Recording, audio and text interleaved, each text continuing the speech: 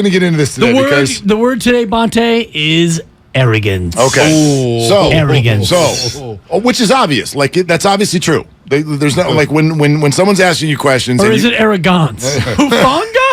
Very good. I'm not sure. No, so, Thank you. like, not just because a lot of people I know didn't get to hear this. You hear the post-game press conference, but not a lot of fans necessarily hear a conference call. And I know you guys probably did some of the audio. We will, too. I listened to Damon, and they were playing some of it. Yeah, so Kyle, and my read on it, and doesn't necessarily matter how we get here, but I think Kyle was emotionally offended. Defensive? Yeah, because like the accusation that you hurt your player to a coach, I would think is that's pretty hard to hear. And I don't think he expected it either. Like, football coaches are a different animal, okay? These people don't go home. They sleep in cots in offices. They're so wired. And Shanahan then doesn't look like he's getting a lot of sleep either. John Gruden gets up at 3:04. Right, so what send emails? He also goes to church, too. That's a 4. He also goes to church. Send him in the middle of the night. He also goes to church, too. Yeah. No, And but he's been married for, 31 years? He hit the buffet so hard in recent years. So- No one wanted to admit it. So the point there is, though, that I don't think those guys, I don't think they're always in touch with what's going on outside of their office. Yeah. And so I don't think Shanahan thought, he's not on Twitter during the game. We all knew. I don't think he knew when he got to the post-game podium that people were going to be like, dude, you hurt Trey. I don't think he thought that was coming. And so he was caught off guard, and he got very defensive. And now he's talking about, like, I need to teach all of you about football. But listen, we've been doing this in the Bay Area for how many? This is what Gabe Kapler does. And it kind of puts people off. But it does. It's very simple. If it's working, we're fine with it. If it's not, so this is where it's going to go. Yeah. Like, if they lose this year, it's not going to come off sounding great. If you win, I think people are like, it's okay. Like, you can be arrogant because you're right. He does know more football than us. No, he's right. Of course he does. Buffalo runs like the Niners do at one time. Yeah, that was Josh fun. Allen ran at one time. Let me say, And Jalen Hurts? Yeah. a lot of outside zones. And a lot of inside. But they spread it out. Three linebackers at the goal line. Head in there. Bang. Get me in the end zone. Baldy was awesome, by the way, I don't want to today. adjudicate running the rest of the year. It's just nauseating already. Like, we're a day in. And I know it's an element.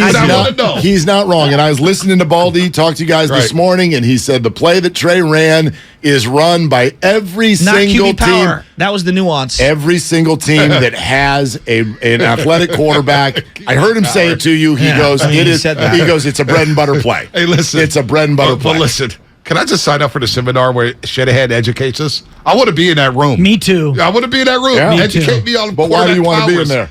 I kind of. You want to be there to laugh, or do you want to be there to learn? A little bit of both. Okay. Oh, no, seriously. I coached high school football for 1 year, and I was not a great coach at all. But I did go to coaching clinics, and it looked fascinating the way they break it down. I don't know anything about football. I would love to go to a seminar Shanahan. So let me ask you guys this question. I had someone pose this one to me, and as he's laughing, I want to go. Educate me on football. No, I'm with you. There's so much there. Like, let's admit, there's 1,000 things going on those play calls and those fields that we have no clue. Two coaches we have that no clue. designed the play and installed it could watch the film and scream at Jordan Watkins was talking about this at Stanford. The two coaches that designed the play are screaming at each other on whose responsibility is what, and they're the ones who created it together, and yet they can't even come to agreement on what a guy should do on it. So it's all up for interpretation. Yeah. I want to ask you this one because you're talking about being insular and out of it when you're a head coach, and I agree. But on some level, and someone brought this to me, and I'll ask you guys this question. Let's say it's Trevor Lawrence and it's Urban Meyer last year. I'm hypothetical. I'm just picking two people. Hypotheticals. Would the uproar not been through the roof on again, no matter how it happened, people would have been like, you hurt Trevor Lawrence. And so for the head coach to not realize that people were going to talk to him about his injured quarterback feels a little like, come on, read the room a little. I actually don't agree with that. Why? Because I just don't think that most people look at football and blame the coach when someone gets hurt. We've had actually very few of those scenarios ever in the history of the game. But this guy and RG3, it's pretty prominent. Well, it's interesting because he also wasn't the head coach there, too. Like, I know, but it's him and his dad. I know, but this is one thing that we have done to Kyle through his career. Like, you're the head coach, you're to blame. But that I agree with. Not with the Atlanta Falcons. I agree now with that. Kyle Shanahan's to blame in the Super Bowl, and he's a choke artist. It's like, so we do that, but is there are very few. I'll grant you RG3 became a career arc discussion. Andrew Luck. I mean, we look at the Colts and we're like, you set the kid up for failure. And I'm not saying that we're there. I don't feel like we heard that very much about Andrew Luck. Are you serious? I just think they didn't have a very good offensive line. I always thought that the GM just did a terrible job keeping him upright.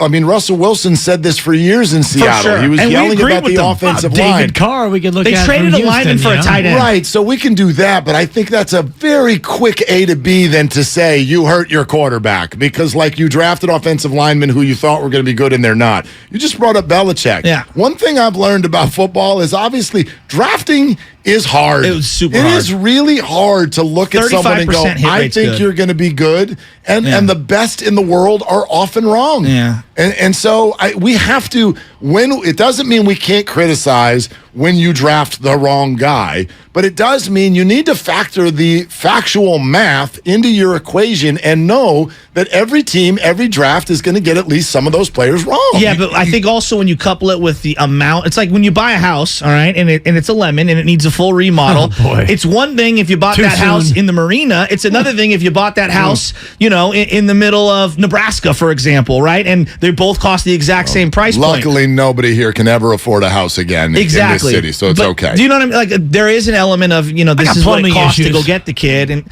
so I'm just asking these questions out loud. And that's fair. I'm not saying that draft assessments by the fan base are no longer on the table. Of course they are. Yeah. But it's hard for me when you have a regime, and whether it's the 5th round, the 3rd round, whatever, they've got plenty of hits. They do. They have plenty of hits and plenty of misses. But this is the big one. Yeah, this is the big one. Absolutely. When you trade up to get your franchise QB, this is everything. And I made the comparison to James Wiseman. The Warriors with James Wiseman. If he turns out to be a miss, it's not a big deal because you have Steph, Clay, Draymond, and you've got championships. Wiggy and Jordan Poole. Exactly. All the rest of it. So if Wiseman turns out to be a quote-unquote bust, it's forgivable because you still won championships. This is the most important position in the most important team in the most important spot in the history since, You're right. Since Steve Young. You're right, but I would have agreed with you more at every step leading up to this moment. There's now about 12 ways this can go. Oh, no doubt. Now there's suddenly 12 ways this can go. 10 of those ways are south. But Mark, do you give a 49er fan, because I know the slightly older fan, if you're in your 30s or 40s, you're like, dude, we already had a coach and a quarterback fight it out. Super triggered by you saying that 30s and 40s is sort of Sorry. You watch your mouth. Super triggered. Well, anyway, I'm in that demo. I got 3 kids and a bunch over of here problems. looking at you like, what the hell did you just say? He'll be 40 in November. When I Don't think worry. of Alex Smith, He looks a lot older than a lot of us. Mike Nolan was done in with the Alex Smith thing, and it wasn't just the injury; it's the handling of the injury, it's the tone in the press conference. Nobody can remember. A guy belly flopped on Alex. Then the coach questioned his toughness, and then he said, you need to get back in there. He went back out there and ended up wrecking his shoulder, and that did in Mike Nolan, right? So I think a lot of 49er fans, if you just go a little past the Jim Harbaugh stuff, because Cap and Alex is obviously still there, a lot of people are triggered with quarterbacks and injury and a young quarterback because we look back at Alex like, they wrecked him in every single way. It's triggering because during Kyle Shanahan's entire tenure, we've heard the name Kirk Cousins. Then we watch a game like last night, and we're like, damn, he loves Kirk Cousins. Okay, why so is that? But then, hold on. Go ahead. But then it's the flirtation of Brady. It's the flirtation of Stafford. It's missing and not drafting a quarterback in your first ever draft. And I know what Watson's gone through now. We didn't know that then. We didn't know that about Mahomes either. Mahomes is overrated. Mahomes is a wild card. He's a wild card. Nobody's got him. So but when you miss and you pivot that same year, that's what's triggering is that Shanahan There's no question. hasn't figured out who his guy is no at the question. quarterback spot. There's no question. And how many coaches get that leash? Well, I mean, it's 6 years now, and we're going to go into year 7 not knowing who the quarterback of the 49ers is. And the flip side is I can give you a few franchises who haven't figured this out since I've been born. No doubt. Okay, The Jets keep talking about the Bears. The But Bears. they fire coaches. The They Bears. fire the coaches, though. And we all agree that's dysfunctional. Yeah, we're not going to fire Shanahan. Right, but 6 years of Shanahan, I know, and we but- still don't know who the But he's quarterback got is. 2 conference championship berths Right. and a That's Super Bowl that's berth. it. So they're winning. So that's the So cognitive dissonance there it is. right there. There it is. Wow. Like if you can't figure out, You're welcome. If you cannot, if you can't figure out the quarterback position and you go 5-11 every year. Cognizant dissonance. Continue, Mark. No, Sorry. if you go 5-11 every year when you can't figure out the quarterback position, Right. you're going to lose your job. Exactly. If you go 11-5 while you can't figure it out, Jeff Fisher. I So mean, we what see do you know? championships, but we look at those NFC championships and Super Bowl, and everybody will say, well, the defense led them the way. It wasn't the quarterback. But you got there. It wasn't the play calling. It's a results The play game. calling may have done you in for the Super Bowl and the NFC championship. If I'm playing golf and it's a par 4 and I come off the tee and I hit a ground ball and it goes 230 down the middle, it's still a par. 230 down the I hear middle. ya. And I that's hear kind ya. of and that's why it's cognitive dissonance, because we see Jimmy G and we know that he's not very good, but then you wake up and it's like, oh, 11-5 and they're in the NFC Championship game again. Your vocabulary has reached new heights when you went and had this big. What was that word you used on Twitter the other day? That was Pyrrhic victory. Oh, a Pyrrhic victory. Yeah. When the cost of the win is more expansive, it hurts you more than the victory is.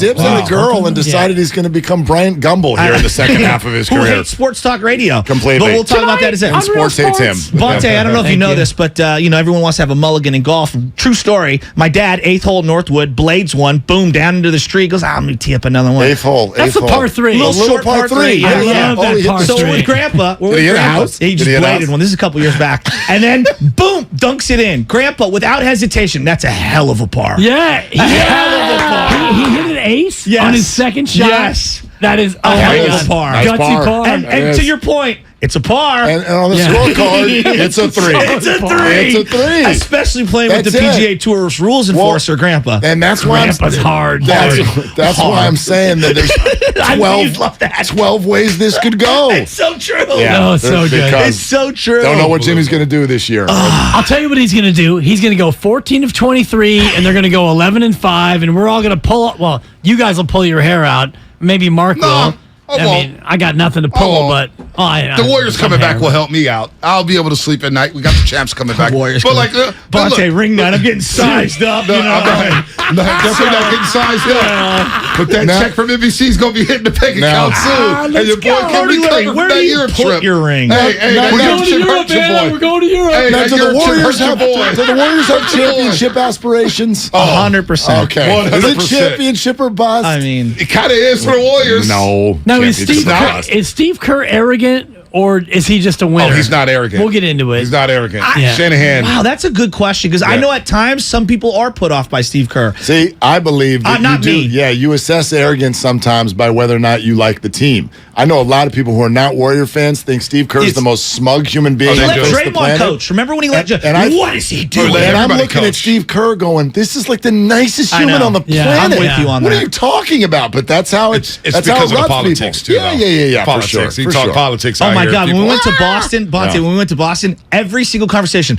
we just want to say on the front end, we love the politics of your head coach. I'm like, what? Like every sports conversation on air with everyone there started with politics. Where was this? Boston. Oh. It was insane. Well, I mean, I know Boston. They're very smart. They'll let you know. They're smarter than you. Arrogance, the word of the day with Willard and Dibs. Good to have you back, Dibs. Maka smart. Daddy So Dibs. good to be back. Up, Girl dad. Up 4 times last night. So great. I don't miss those Did you days. watch Estrada? Oh. Yeah, I watched it on Pay me video at under. 142 while I was Sorry, swaddling. baseball. Oh, we did say we were going to give 60 seconds to Tyro today. 60 seconds. All right, there you go. Yeah. I know. Gone in 60 seconds. And that was 3 of them, so there's 57 to go. San Diego Tourism Authority, when you're happy you know it in San Diego, there's no limit to how you can show it. Endless sunshine, coastline, and outdoor adventures inspire ways to feel good vibes. Plan your trip today at san diego.org.